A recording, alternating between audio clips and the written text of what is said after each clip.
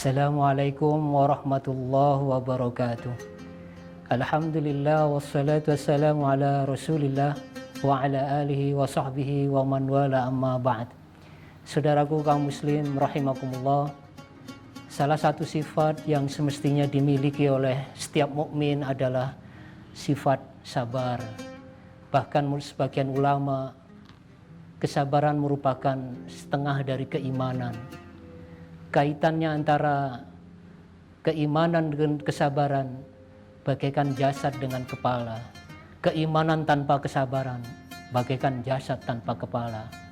Maksud dari sabar di sini ialah menahan diri dari kegalauan, menahan diri dari sikap-sikap emosional, menahan kata-kata kita dari keluh kesah yang berlebihan, dan menahan anggota tubuh kita dari hal-hal yang menjurus kepada kerusakan. Banyak ayat-ayat di dalam kitab suci Al-Quran itu menyinggung terkait dengan sabar ini. Misalnya di dalam sebuah firman-Nya Allah Subhanahu wa taala menyatakan, A'udzubillahi minasyaitonirrajim. Ya ayyuhalladzina amanu ista'inu bis-sabri was-shalah. Innallaha ma'as-sabirin. Wahai orang-orang yang beriman, minta tolonglah kalian dengan sabar dan sholat. Sesungguhnya Allah bersama orang-orang yang sabar. Begitu pula banyak hadis-hadis yang berbicara tentang keutamaan sabar. Misalnya Rasulullah menyatakan yang artinya, barang siapa yang menyabar-nyabarkan dirinya, berlatih untuk menjadi orang yang sabar, maka niscaya Allah akan jadikan dia betul-betul menjadi orang yang bersabar. Saudaraku kaum muslim rahimakumullah, para ulama membagi sabar menjadi 3 macam. Pertama, sabar dalam ketaatan, sabar dalam meninggalkan kemaksiatan, dan sabar di dalam menghadapi ujian dan cobaan. Sabar di dalam ketaatan ini penting, bahkan ketaatan apapun yang kita lakukan menuntut kesabaran kita. Ketika harus sholat tarawih sekian rakaat, ini menuntut kesabaran. Puasa harus meninggalkan lapar, harus meninggalkan makan minum dari terbit fajar hingga terbenam matahari, meninggalkan hubungan suami istri dan seterusnya. Ini menuntut kesabaran. Pelaksanaan haji dengan segala dinamikanya ini juga menuntut kesabaran. Maka para ulama memberikan resep bagaimana supaya kita sabar di dalam ketaatan.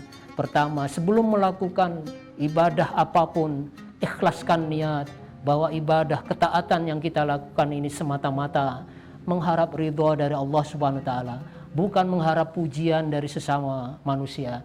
Yang kedua, supaya kita sabar di dalam ketaatan, dalam proses melakukan ketaatan, di dalam beribadah, dalam sholat misalnya, maka jangan pernah menduakan Tuhan. Pikiran kita fokus, hati gerakan kita bahwa kita sedang berhadapan dengan Allah Subhanahu wa taala. Ini akan menjadikan kita lebih sabar di dalam ketaatan. Kemudian yang ketiga, setiap usai melakukan kebaikan, ibadah apapun, jangan pernah kita membicarakan pada orang lain supaya mengharap pujian dari mereka. Maka ketika kita tidak mengharap pujian, maka semangat kita menjadi kendor, berarti dia tidak sabar di dalam melakukan ketaatan.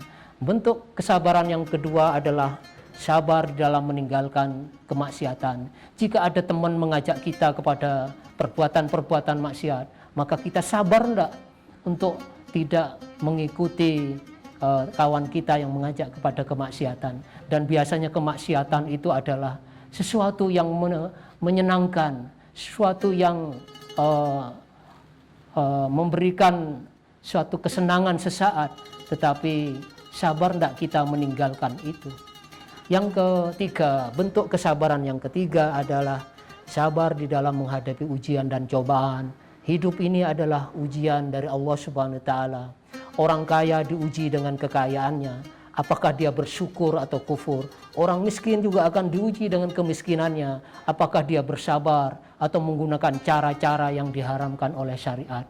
Termasuk dengan ujian kesenangan, ujian kesulitan seperti musim corona semacam ini. Sesungguhnya Allah ingin menguji keimanan kita, dan mudah-mudahan kita dengan berkahnya bulan Ramadan ini melatih diri kita menjadi orang-orang yang sabar. Sekali lagi, sabar di dalam Islam ini bermakna aktif, karena sabar tidak sama artinya dengan pasrah dengan nasib, tapi sabar di dalam ketaatan, sabar meninggalkan kemaksiatan, dan sabar ketika menghadapi ujian dan cobaan.